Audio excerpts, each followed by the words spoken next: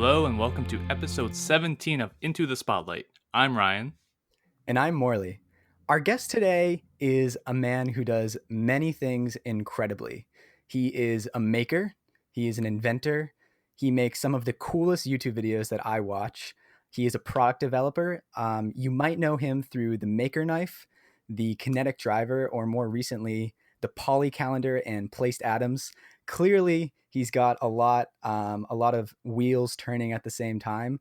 So without further ado, I'd like to welcome Giaco from Giaco Whatever. Hey, Giaco. Hey guys, thank you for having me. Thank you for the introduction. That was very nice. It's our pleasure. No problem. I'm so excited we finally made this happen. Like, clearly you've had a busy last couple of months. So Yes, really a lot. I'm really sorry with you guys because it took a while to finally find the day. It was mostly my fault. Well, only my fault. So thank you for having me here. it's all good. So I told you who I think Giaco is, but who is Giaco, and sort of what is the journey that took you to where you are right now? Yeah, it's kind of a long story, but I'll make it kind of short because my background was like all about computer and virtual stuff. So I only made stuff that you can't touch. My old company that I sold 9 years ago or something like that, 8 years ago, was all about internet and application web and stuff. I ran the first search engine in Italy. It was called Godado. And then, of course, well, after a while, when you realize that Google is not really a competitor, it's just the only option, you realize you have to change. And I did a lot of things still in the internet space. I used to live in London, but I was going every like 3 months to San Francisco because the Silicon Valley is like the place to be for these kind of things. Mm-hmm. And then, as I said, like 8 years ago or something like that, I made the exit, which is what in the Silicon Valley means you reach the point where you can make some money after like years of efforts with not really a lot of results in terms of money. And then I decided to move back to Italy, to my family and stuff. And I realized that in my life I built a lot of things, but most of them, not even my parents were able to understand what they were. Hmm. So I had this like great need to make something that I could touch and I could, show to my parents or whoever, friends, and they would understand what I was actually making.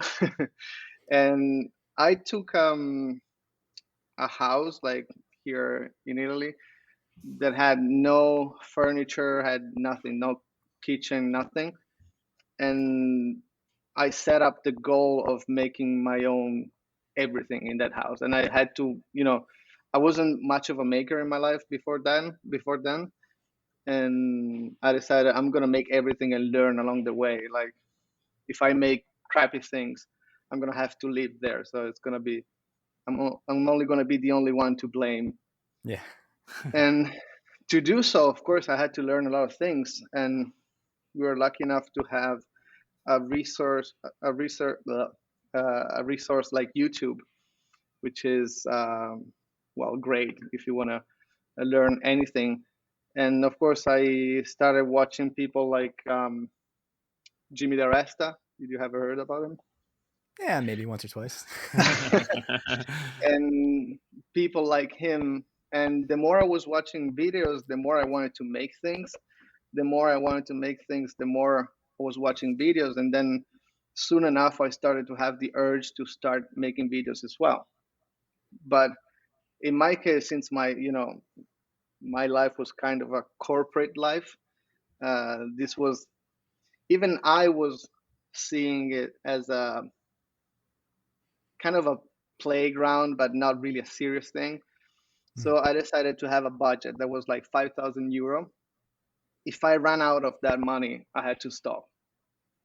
So that was my goal, and I set up those 5,000 euros to buy the first tools and stuff. I started making videos in my garage, and then little by little, I found ways to, you know, make a little bit of money. Or in the beginning, what I was doing was buying. Let's say I needed glue. I was buying like finding a place where I could buy like 100 bottles of glues, keep four of them and sell the rest. Hmm. So that's a great, even though it's like a job by itself, that's a great way to build your own shop in the beginning. And also, well, in those 5,000 euro, that was just the budget for the, I wouldn't call it company at that moment, but for the venture. But Right. I could provide for my food and bills in other ways because I just sold the company. So I was in a privileged position right there. So it's 5,000 euro, but of course I could eat. Right. Right. So that was it. And then from my garage, I went in a little shop that I rented close to my house. Then I took the bigger shop, which is where I then started making like viral videos and stuff like that. And then I moved to this like huge facility, which is like a dream that I bought for a very uh, crazy price. By crazy, I mean like a really small price for what it's actually worth. It was like kind of the right moment uh, to do so. And now we're building a team. It's not all myself. It's like 10 people doing things and trying to figure out a way to make the place where we can prototype anything. So that's the dream. That's I'm getting closer and closer. That's awesome. It's funny that you mentioned buying all the glue, because one of the things I was thinking about in preparing for this episode is um, what I've seen in your videos is you acquire these like massive stocks of equipment, and it's interesting to hear that that started sort of like right at the beginning, and that is like Mhm. at the core of Giaco, that the core of the Yeah, Giaco strategy. yeah. I mean, now that I have a little bit of budget to allocate, one thing that is getting kind of exciting is like buying stuff from auctions, because it turns out that if you have the place to put things, it's actually super cheap to buy machines and stuff like that. Because even if they're super cheap, sometimes people don't have even the place to put them. So now that I Right. have this facility, I can buy like huge machines that are probably, I don't know, I have an EDM machine down here that by itself it's probably 60,000 euro. And I bought four machines like with other CNCs for 10,000 just because no one would buy them because you had to Wow. take the whole thing. So I'm always trying to figure out ways to uh, get cheap stuff and build from there. It's kind of my passion too. Like I really like this kind of things. Yeah, like the sort of like bootstrapping, making Yeah, like a self-sufficient hardware store. yeah, it's sure it's all about that. And also like being privileged enough to have like anything to, like, you have an idea, you go to the shop and you kind of have most things to make it happen. It's amazing. Like for a maker mind like us, it's kind of a dream. Hmm. Hmm. I want to ask because one thing that always impresses me so much about content creators is like they're not just masters of their own craft, like what you guys do with making, but also handling the video component. It's like you have to understand two different types of crafts at once, and being able to do that. And the way I've watched your videos and the way they've evolved from your earliest videos to the videos that you make now, it's an incredible evolution of your video style. Like I was watching the world's fastest Nerf dart the other night, and just the pacing, like the dramatic music, the visuals with the lighting, the build up. It was so pleasing to watch. Just what has that evolution been like for you? Like, did you feel comfortable in that video space at the beginning, or was it something was like a bit of a learning curve as you went on? I think the fact that I started making YouTube videos about making things, it was because, well, first of all, as I said, I had the urge to make things, but sometimes you kind of have to invent the purpose for the stupid things you want to make. Yeah. And like having, you know, having like a video, like you can always say, I'm gonna make this for a video, so that's the excuse for any stupid things that you want to do. And on the other hand, I always had always the passion for filmmaking, photography, and stuff like that. But then again, you need to find excuses to make, unless it's your job. Like if you only like to point a camera to something and make it look as good as you can, you don't have many opportunity in a real life. Like, okay, you can do it at Christmas with your family, if you go on a vacation with your girlfriend or stuff like that. Having a purpose to, those two things connecting, I think it was kind of what got me really excited about this space.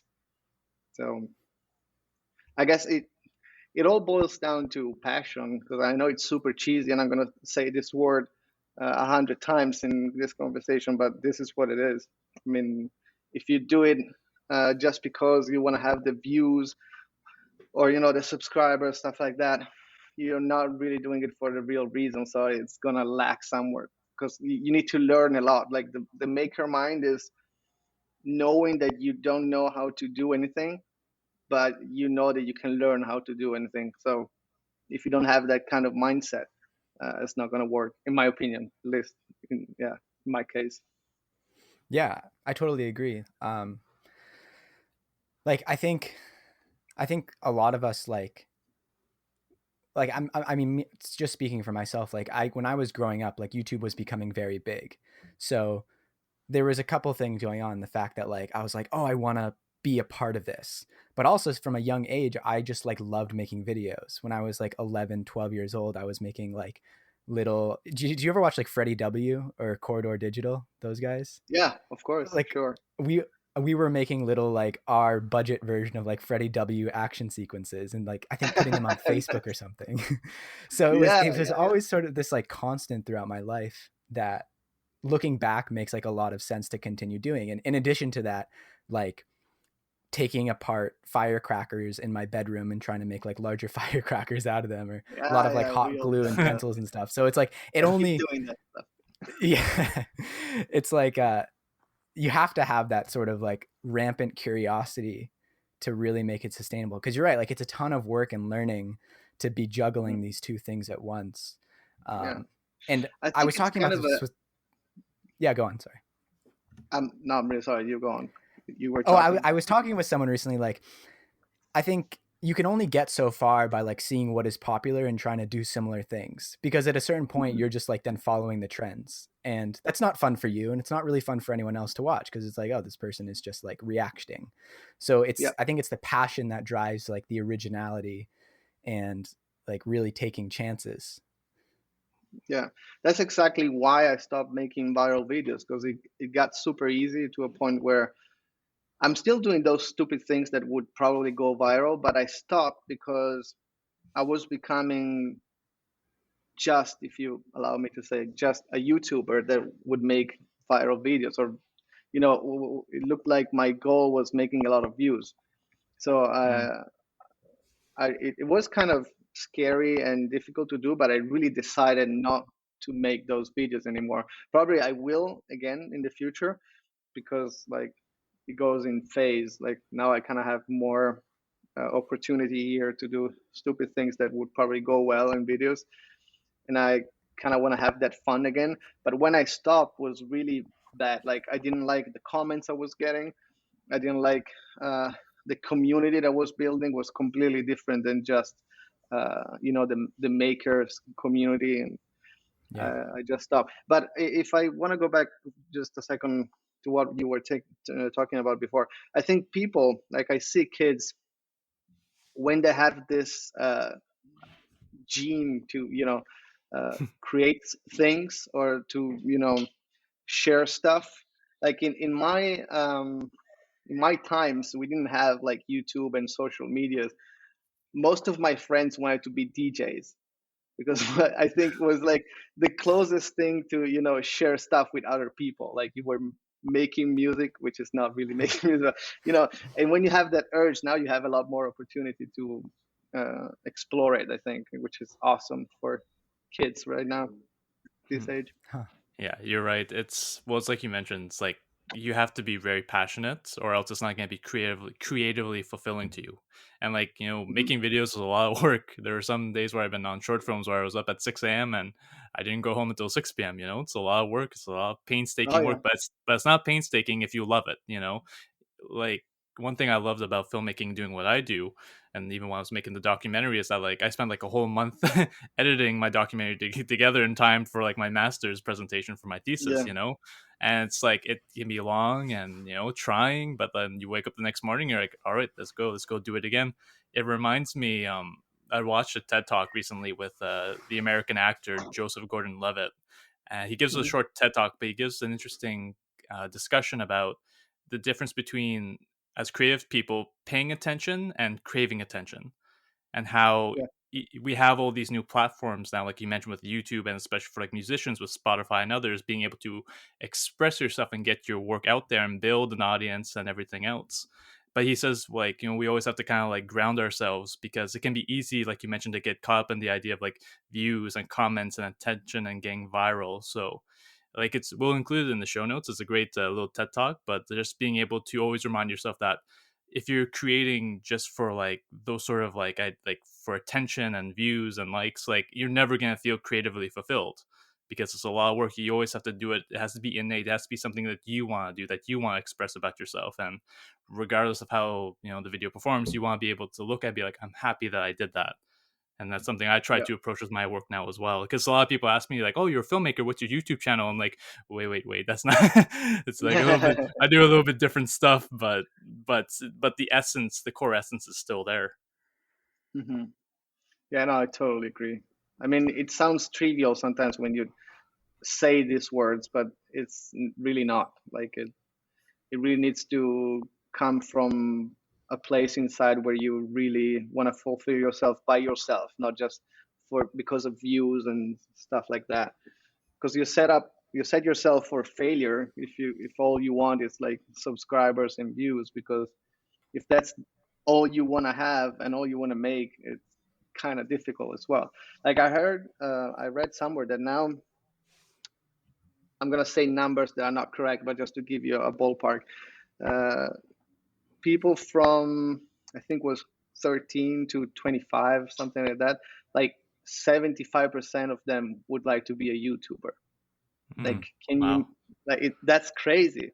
And I'm sure they don't want to do it because they want to share what they love, but because they want to influence or have free stuff and make money and go around with a Lamborghini. So it's kind of scary if you think about that. But if it comes from the right place, I think it's just awesome. Like being able to share your passions is amazing.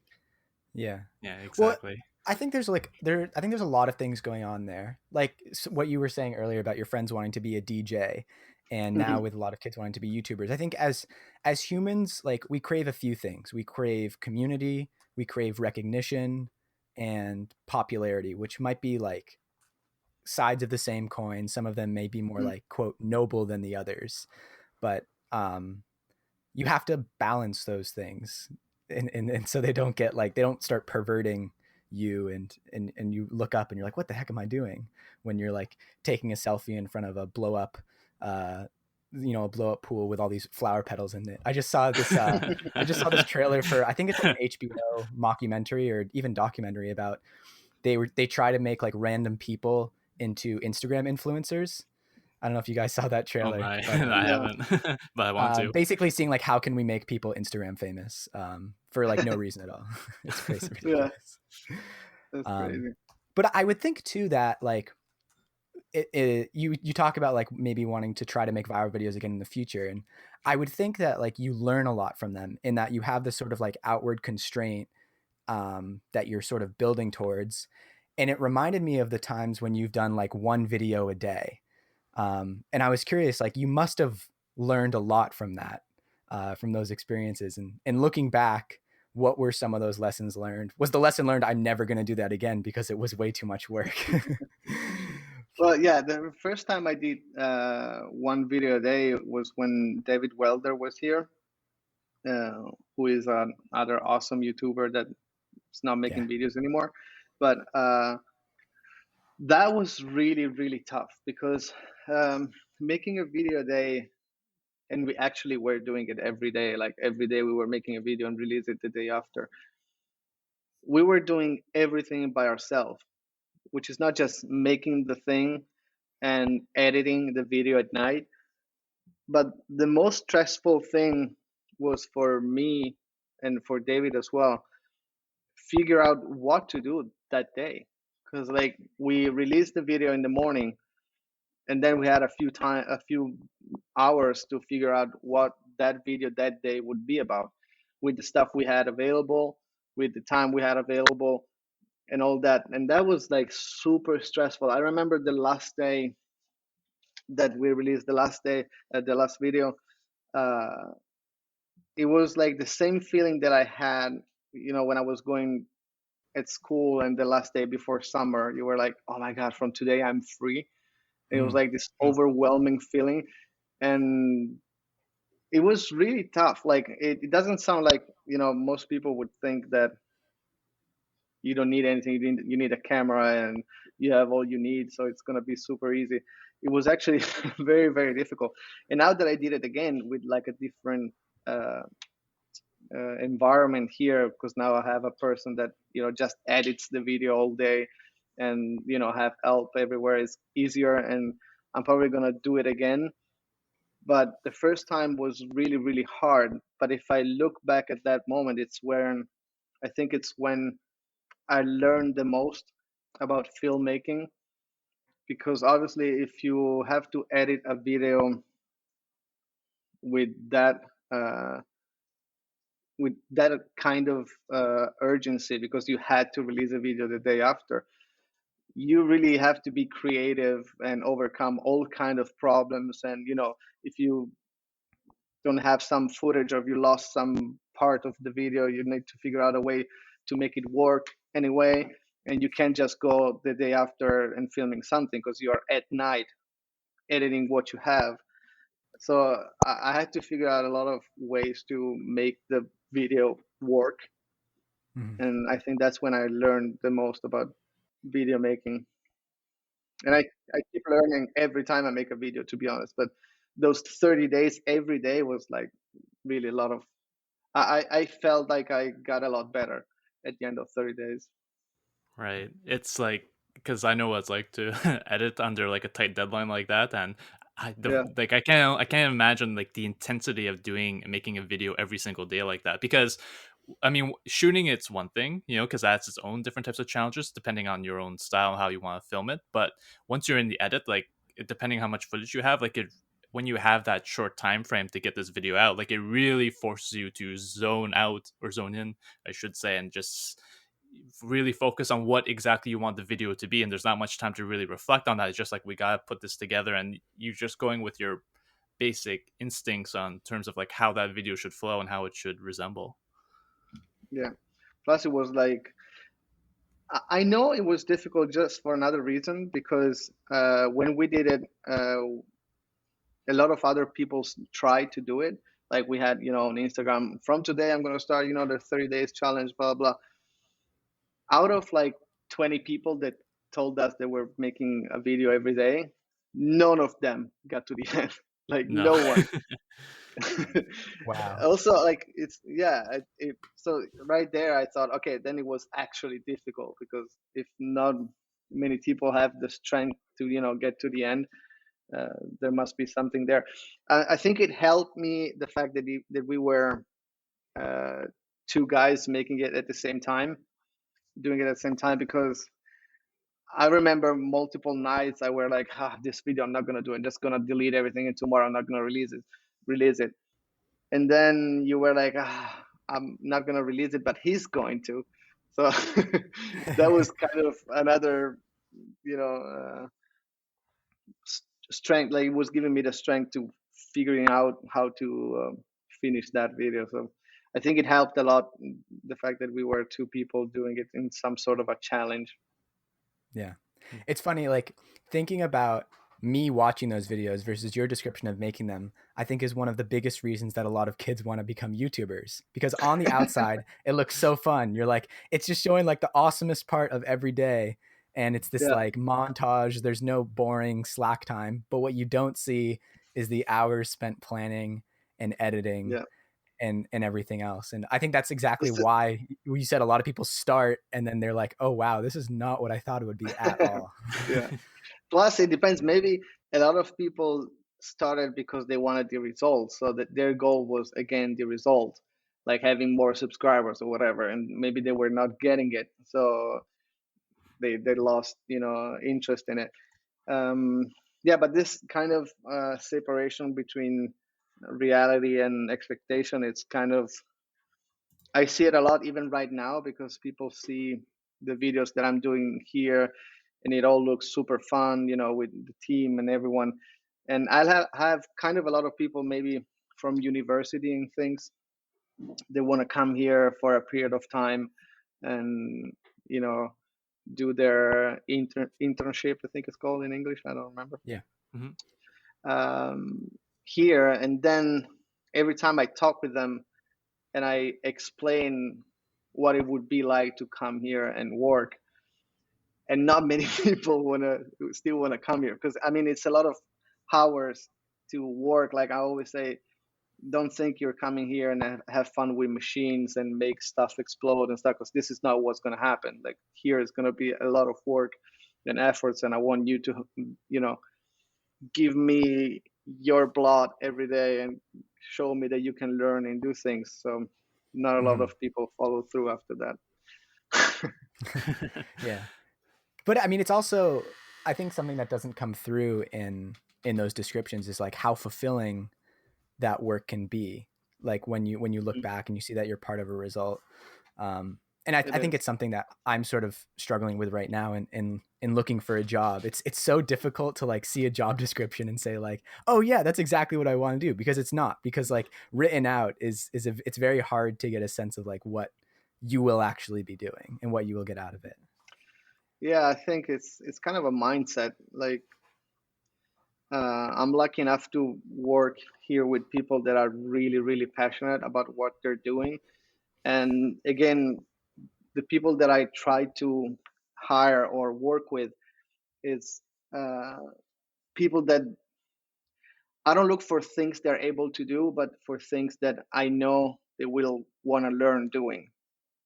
Hmm. You can immediately see if a person uh, want to come working with you because they think they know a lot and they can, maybe teach you how to do stuff, or people that come here and are eager to learn new things and make their best. So that builds up a team that is like really a dream team, and this is what I'm so far really fortunate enough to have, because the environment here is really, at least for me, maybe I'm the only one excited, but at least for at least for me, it's like super super like I run every morning to come here and work because it's really exciting, and we learn things every single day. I don't think there's a day that I go home and I think I didn't learn anything today. Like it's just amazing. It's a drug, and we all share this view. That's That's incredible, awesome. especially Yeah. like just being able to, like we all said, like it's hard work, but it's great work and Mhm. fulfilling work if you love it. And just gotta keep it going every day. What Giaco, what are the biggest differences from when you started working solo to working with a team now?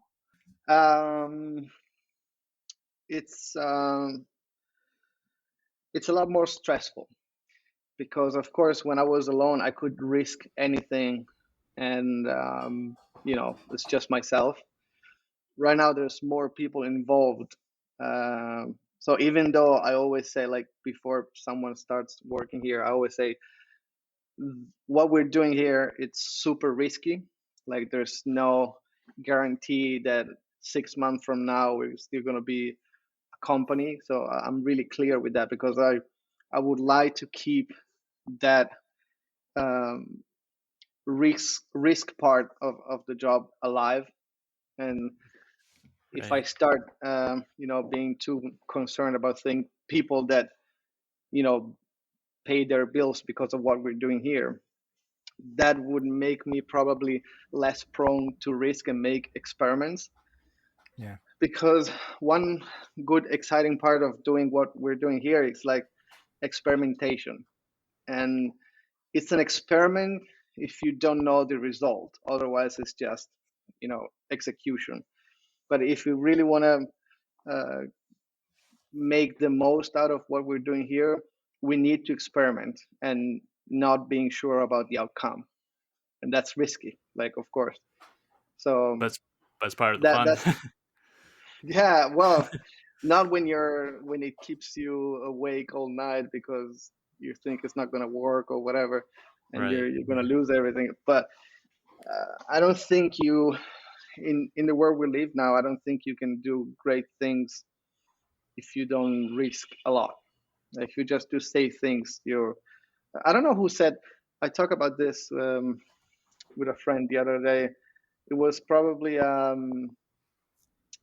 film director or someone that made the comparison with like a treadmill. You know those things that are, I don't know if it's called Right. a treadmill, like in the Treadmill. airport. Yeah. Yeah, treadmill. Like where life, at least probably was like about business life. I don't remember, but like it's like being on one of those. If you stand still, you go back. If you move the same speed, you stay still, and you have to run to do something. Mm. That kind of stick in my mind, and it's what I'm trying to do. It's a Yeah. nice metaphor, I think. Yeah. Yeah, definitely. Do you think we talked a lot about the making videos, but I think we're kind of naturally transitioning to a lot of what you're doing now, which is the product development and everything. Do you think, like looking back 5 years, and this might be impossible to answer, was that always sort of like what you wanted to eventually get into, like inventing and making products, or is this just kind of how everything shook out?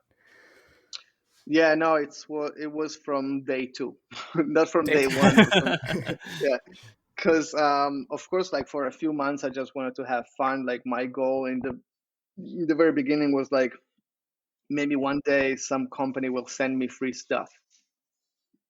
That in the beginning was like kind of the exciting part. But then I knew uh, very soon. I can tell you when, but I knew that the business was not in advertising and things like that. That I still do with like very selected partners, but I knew that was not something that I could do because it's, what I'm able to do now is really making like videos for like the core audience that maybe do, I don't know, 20,000 views, that are not really acceptable for like a sponsored video, whatever. I can do it just because I want to talk with those 20,000 people, yeah, and I know that I can support the whole thing with my products. And like also, like making videos is something that you can, at least people that I know as well, it's not something you can keep doing with the same passion. Like sometimes it goes in phase. Sometimes you hate being on camera, yeah, and you can't really afford that if your whole business is like making videos, like making money from videos. Like right now, if I don't make videos for like 2 months, I can still, do all the rest and keep the lights on. But it's not a stress that I would like to put on me, honestly. Right. Also because the way I make videos, when I started the channel, I called it Giaco whatever, because I didn't want to be, Giaco make things or Giaco loves wood or whatever, because I knew I would get tired of whatever I was excited at that time. That's how I work. And I can be still on something specific the rest of my life. And in the beginning, this was like a huge reason for like thinking I was a failure, because like I was like changing hobbies every few months, and like I couldn't keep myself from something specific for more than, I don't know, 6 months.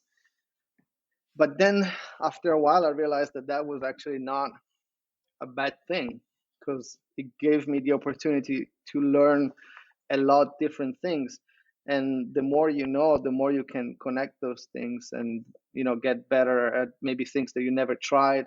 Because one thing that I saw, I get like kind of good at all I start very fast, but then I don't get super great. You know, like I don't know, I start doing CNC work. I get probably very good super quick that people think like, oh, you're a genius. In like in little time you got this good, but then I don't get great at anything. But that like in the beginning was like a struggle. Now I'm really happy that my brain works like that. So again, coming going back to the videos, I knew from the beginning that that was not where all my eggs were. If you can, and I think it works out. Right. And as someone who has a larger YouTube channel and this bigger online presence, how do you manage expectations with yourself and that of your audience, and also just for your company, your business as a whole? Um, Expectation is a word that I use a lot in a sense that it's all I want to avoid having. Like I think that uh, reality is like, I mean, happiness is reality minus expectation. I don't know who said that, but Mm. someone very clever. I like that. Uh, yeah, because again, you set yourself up for failure if you have a goal that you can, or maybe there's a possibility that you don't reach. Like you're living right now, like this very minute. This is this is the only moment that exists in life. Why being so uh, nervous about what you want to reach in the future when maybe it's going to change like a billion things before you get there? And yeah, that's not the way I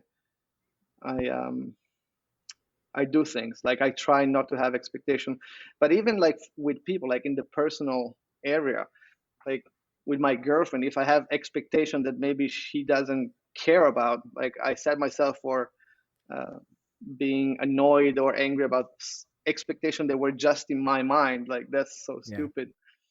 So I don't remember what was exactly the question, but that I hope Yeah, well, I hate like expectations. that's that's a good thing. But yeah, it's just like does it like because I was wondering about this because this is something I've always wanted to explore in my documentary that unfortunately I didn't get a chance to. But like just someone who has like a larger channel, once you amass that sort of larger audience, is there like a sort of expectation, or is like do you feel that sort of pressure that you sometimes have to kind of like meet what they want? Like I from what we talked about, doesn't sound like that, but it's just like is there No, like a sense of just like oh are you kind of like wondering how they're going to interpret it now since like you now have this audience you can have know what they kind of watch and what they like or stuff like that even though you're yeah, still well, creating from the heart. mhm. Yeah. I had those moments like when I was making the viral videos. At one point, I was kind of getting really frustrated with that content. I kept doing it for a little bit, and I was like, "Oh my god, these people want this, this, and this. I have to do it." And then it's kind of a switch. Like from one moment to the other, I was like, "Oh wait, this problem that I have with their expectation is their problem. Yeah. I shouldn't care, right? Exactly. Like, why would I have to meet the expectation of people I don't know? Like millions of people, because those videos were making like millions and millions of views. Why should I care when that makes me feel bad or I know it's not what I want to do? It's like a little switch. And then from that on, those comments of people that were like, oh, you should do this, you should do that, you should make that music, you should stop making silent, why? I mean, why should I stop making what I like just because of you know other people Yeah. expectation? Which I'm not really like, because it sounds like I hate my audience or whatever. Like some people would get mad at me for saying these kind of things, but it boils down to what I'm doing, like why I started making videos, why I do what I do, and I just don't see the point to being frustrated in what I do if it's not really what I want to make. If it works out, I Right. decided that was not the way to keep the lights on, and it shouldn't be. Yeah. I mean, I think if you listen to I'll just say listen to the haters, right? Like you're putting so much, you would be putting so much worth on comments that are typed out with like very little thought a Yeah, lot of the time. And meanwhile, you're spending like hours and days and sweat and love and blood, like making these things. And it's like to bend to like very kind of like off the cuff yeah. suggestions. Like Yeah. it's, yeah, I totally understand that. Plus, like, uh, I don't seek personal opinions ever. Like, even in products we make, even in the team here, like we have like brainstorming. As soon as I see like an opinion which is just personal, Hmm. I don't want to hear it. Like, I don't care what other people think if it's just a personal opinion, because personal opinions come from what their life has been up until that time. Hmm. It's not like your opinion it's better than millions of other people. Like, if you give me an opinion, if you tell me I don't like this thing, why, and you can tell me exactly why you don't like it, it is just your uh, view or personal opinion again, then Yeah. I don't care. Like, I don't care at all about that. But if you tell me I don't like this because I don't know, people is gonna get electrocuted and die, then that's a good reason why I shouldn't do Yeah. that. You know, Well, it's it's not. kind of like it's kind of like design versus aesthetics. Like someone might not like um, a certain paint color, and that even might Mhm. not be a totally subjective thing because it might be that it it is really like glaring on your eyes for a lot of the day, or they're like, oh, that table you shouldn't put there. That could be a like a taste thing, but it could also be like, well, because you're going to get out of bed and walk into that table every single Yeah. morning. Hmm. But if they're So like, I don't like those exposed screws, well, I do. So yeah. It adds to Why the do you, aesthetic. yeah, why do you think your opinion is so strong and important to me that I should change it? Like, it's like, it's very bad. it's a And big ask. I see a lot of people that are really turned off by these opinions because they go like, oh, he doesn't like, so I'm wrong. But if you're able to, divide personal opinions with like objective things, um, you can select inputs, because of course we all need inputs, but if Yeah. inputs are not coming from the right place, then they maybe discourage you from doing maybe something really awesome that hundreds of people would love, and maybe you don't do it because you're not sure about the outcome, whatever, just because someone that you trust or you like or whatever doesn't like it. It's so dangerous. Right. And it's hard to find really good feedback because a lot of feedback, like you mentioned, like it comes from like more of an opinion saying, oh, you should be doing this. This is what it should be, Yeah, rather than being more constructive and helping you achieve like the best vision that you are trying to set out to achieve. It's hard to find that, and it takes a long time to kind of before you meet people, and then you can start seeing like the wide array of different types of yeah. constructive feedback And that I can must, help get your project to the way it could be. yeah, and I must say that actually, YouTube is a great school for that, because you are exposed to opinions all the time. And like, Yeah. I learned that very soon when I was putting music in my videos. Every time you put music in your videos, there's someone saying you shouldn't use that music. You know, Oh God. why? Because you specifically don't like Yeah. that kind of music. Yeah. Isn't it crazy? Like, that actually, YouTube helped me a lot with comments and stuff, because you really realize that you have like 10 people saying that music sucks, and like 20 people that download your music and they make like playlists with just your music. It's just opinions. And should I do something that I think other people like or what I like? At the end of the day, it's both opinions. If someone has to decide, it should be yourself. Yeah. Exactly. And it's something that I myself have struggled with, like when I first started making videos and films 5 years ago, because it was just a real trial by fire. You go out, you make something, and then you gotta show it off to the class, and it's kind of like, it's not fun going up to the class and showing it, and then the guy is sitting there and taking all the feedback. That's a lot of, it can be quite the learning curve, to say the least. Mhm. But but it's like we Yeah, mentioned about expectations. It's just that like that's one thing I learned about from doing my documentary, like with Morley and the other content creators. That was like my first real big, television feature length documentary that I made. And like it was, I was making it, and I had a certain vision for it. And then, like you mentioned, as the reality, you have to adapt to what's going to be, and that's yeah, something, and try and make the best of it what it could be.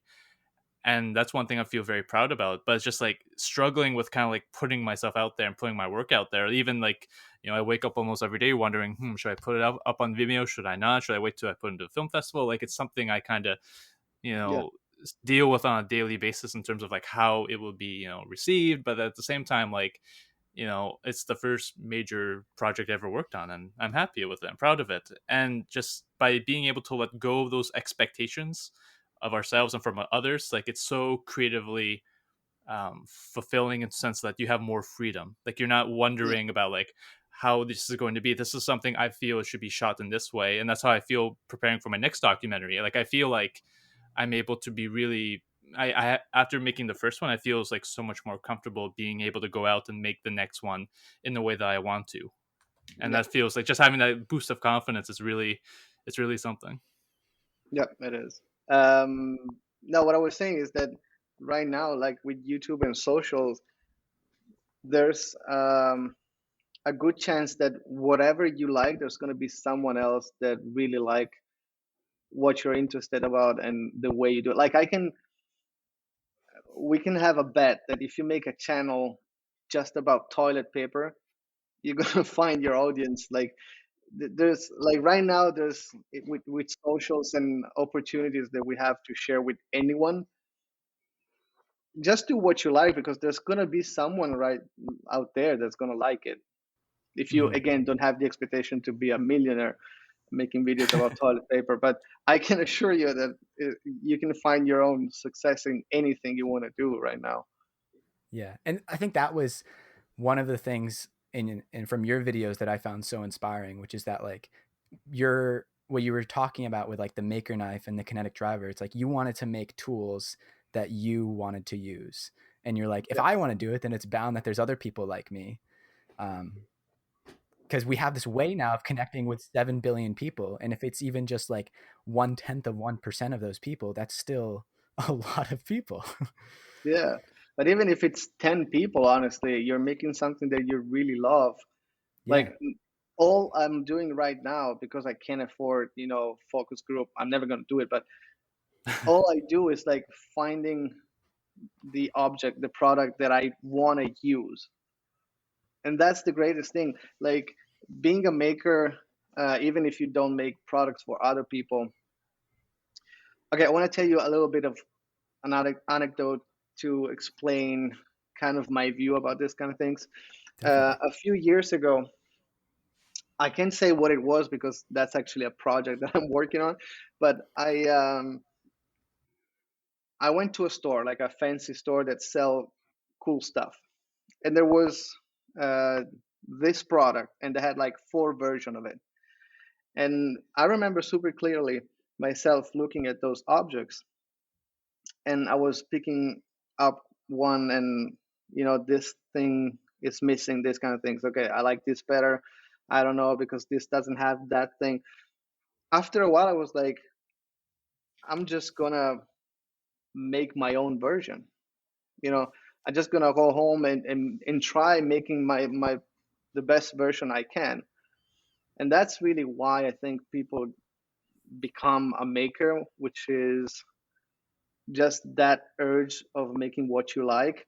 And I think it should be really clear that like that philosophy should be clear in everything you make. Because as soon as you start making things because you think other people like it and you don't, people's going to notice it. Maybe it's not, they're not going to point their finger in that specific aspect, but they're going to notice that you're not making it because you actually love it. Yeah. So Yeah. as long as I can keep this fire with the projects we make, I'm going to be happy even if they don't sell. It's one of the reasons actually that I like transitioning away from commission work, because there was a point where I was learning a lot of commission work. It was a great skill builder and it was very fulfilling. But then at a certain point, it started to become more of like someone would show me a finished product that they found online and be like, could you make me something like this, but with these Yeah. changed details? And it's like you're already giving me the answers to the test. And it's there's not a lot of like discovery and invention, which I'm realizing are the things I value a lot more than making an exact replica of something else in with my own touch, because they still do want that. But it's like I like exactly what you said. I want to keep that fire going, and identifying those things that are in the way of the fire is really, really Yeah. helpful. And it's super clear while we're talking about these things, it's like it feels like it's the only way to go. But actually when real life is in the way, you're kind of forgetting this Yeah. aspect, like this philosophy. Like I'm a victim of this too. Like there's times where okay, I need to reset, like take a little bit of time and remember all these things because as I said, life gets in the way and you kind of forget it. But I'm Definitely. luckily I'm pretty good at remembering these things, but it's not that easy. Yeah. It's like if it was this easy, you would buy like a one of those book for personal improvement, and when you finish that book, you're gonna be awesome. But Yeah. it's The not whole like you have self-help to books, what they wouldn't read anymore. no, yeah, We got you to just figure it need out. one and you're done. No, Yeah. but it's like it's the hard part is like remind yourself about this kind of aspects. It's not that easy, but thanks Yeah. to like getting attend to podcasts like this, it's a good way to remember this kind of thing. So Yeah, thank you definitely. guys for reminding me about this stuff. No, Our thank pleasure. you. I mean, you and like all the rest of our guests reminds us of that, especially now in the times of COVID, where it's so hard to actually, meet people and to Yeah, be able to like, do great things in a collaborative setting and the public space. And that it's just this is nice. This is nice to remember. And like I said, more every time we have one of these conversations, I feel so motivated to pick up my camera just to go out and do something. Because even times I feel cool. like I feel like dabbing to YouTube, but then I'm just like, am I gonna be like and subscribe? And then I'm just like, what the hell? Why not? Why not try something? Why not try something Yeah, different? yeah, Exactly. So yeah, no, this is great, and it's great hearing from you and from Morley and from all of our other guests, hearing all these stories, and it's just like finding a positive headspace to be able to create happily and like with all the tools available to us. yeah. A- And what just one last question I have is just like how do you keep finding inspiration for your next project? Because you've done so many incredible videos across a wide variety of building projects. How do you keep finding inspirations that you just wake up one morning, you're just like, I want to try this or I want to try that? Yeah, I take showers. I'm not even The joking. most meditative place.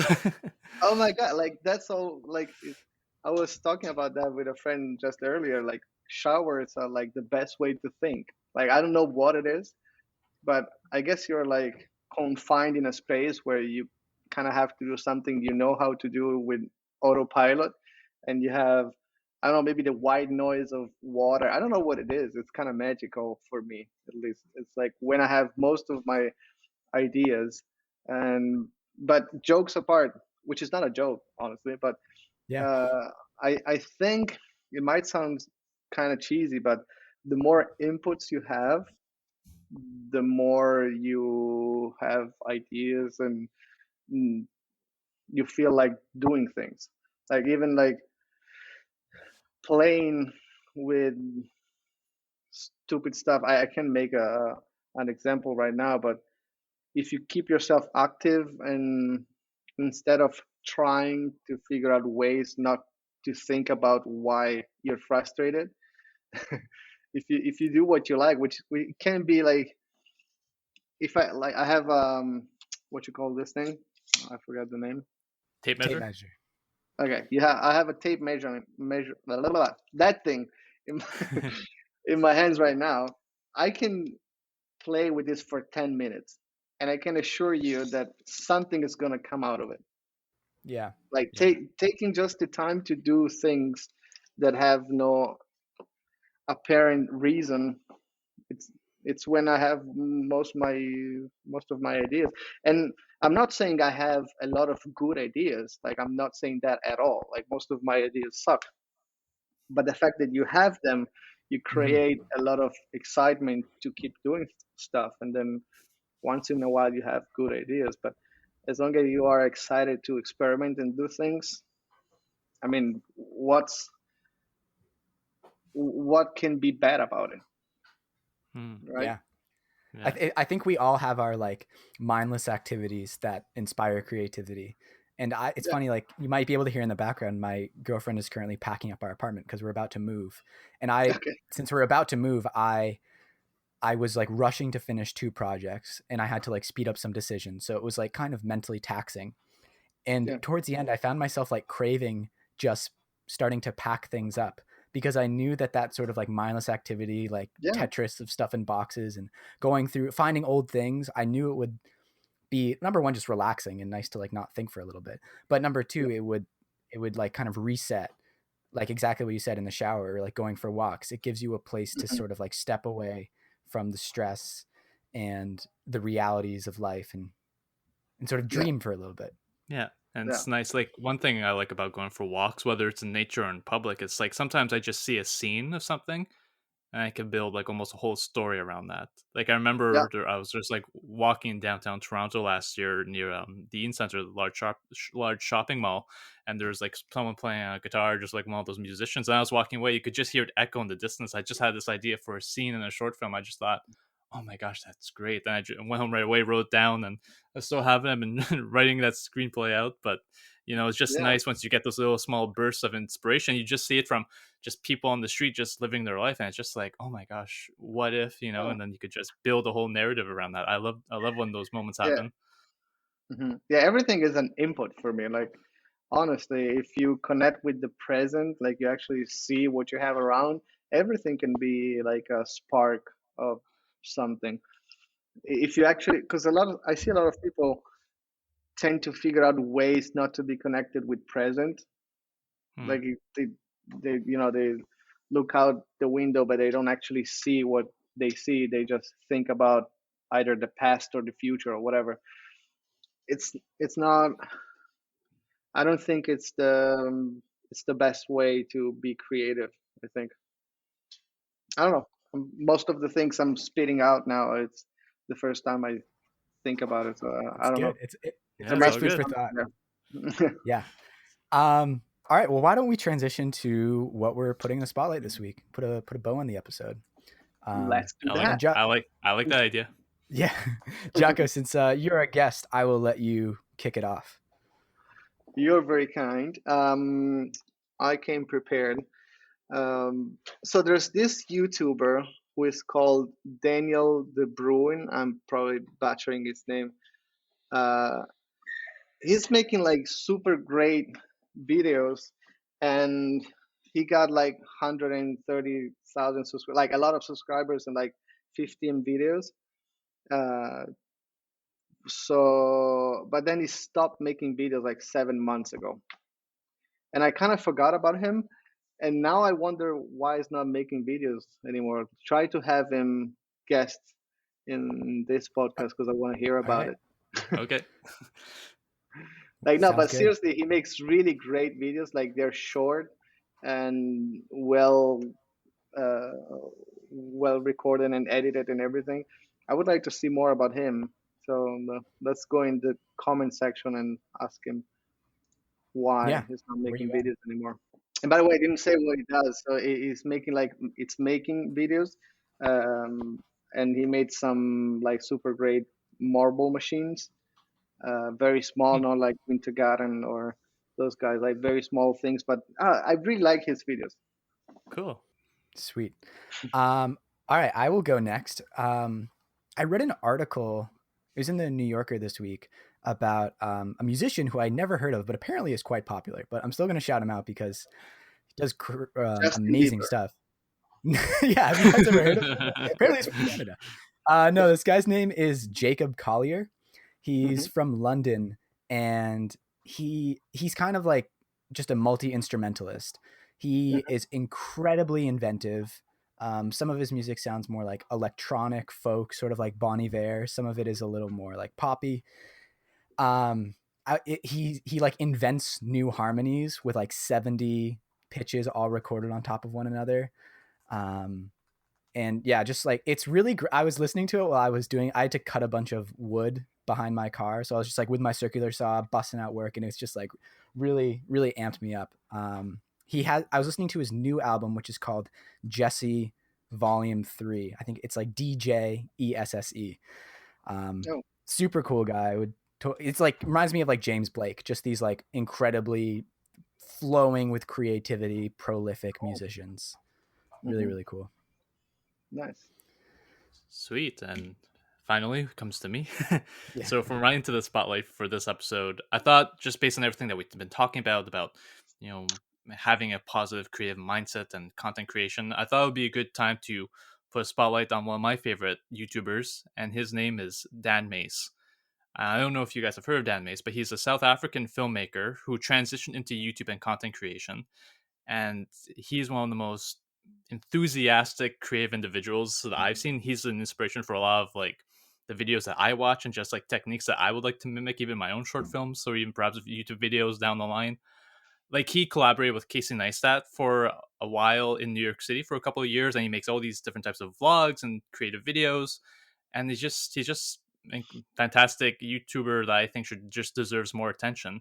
Like he made like one of my favorite vlogs ever, which is called Vlogging in the Past. And I think you guys would like it because it's like half a maker video where he takes all of these things, like it's like a baby carriage and like this old 1980s like video camera with a VHS cassette, Yeah. and like he builds it all together, and then he's going around all over South Africa, all over Cape Town, to like the cliffs and the beaches, and he's rolling around this like massive like contraption, this setup, the camera setup, and he's walking around, he's vlogging with it. It's very incredible, just being able to take something old and just make an entertaining video like that. But what I like about his videos is that there's like a point to each of them.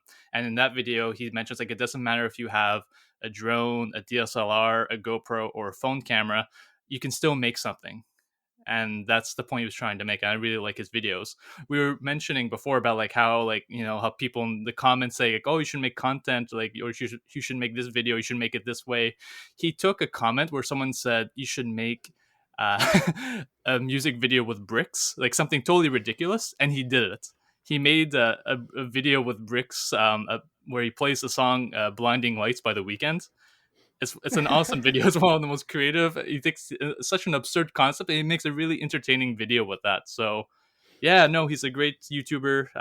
Someone that I really like, and just like we mentioned, just having a positive creative influence on others is just something that I like to see, and I'm happy to see like a filmmaker such as himself making content the way that he does. Yeah. No, I know Awesome. him. He's great. He's the same guy who got married during quarantine with like fake people or something like that. Yeah, I think so. Yeah. Yeah, he did something like that. Yeah, but he's awesome. Cool. I think didn't Casey Neistat do something similar to that? Maybe his video when he was like falling with his bike all over New York City because someone wrote in the comment like you're gonna crash on your bike. I don't know, just use it. That's great. It's like the baby troll voice, using the troll as an inspiration. Yeah, like they take it, but like they make it in the most creative way possible. Exactly. Oh, it's wonderful. Yeah. Well, Giaco, thank you so much for coming on. This was a really great conversation. I'm so glad we were finally able to make it happen. Yeah, it was great. Like, thank you for making me think about this stuff. It was great. No, Yeah. thank you. Thank you for taking the time to tell us your story, your wonderful creative vision, and I'm looking forward to all of your next videos. And hopefully, we inspired you just as much as you've inspired us for this episode, and for the Absolutely. listeners as well.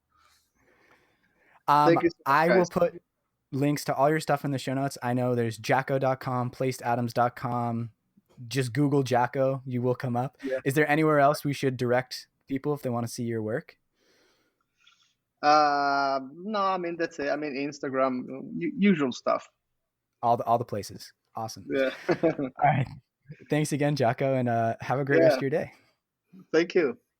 Thank you, guys. Bye. Take care. Until next time.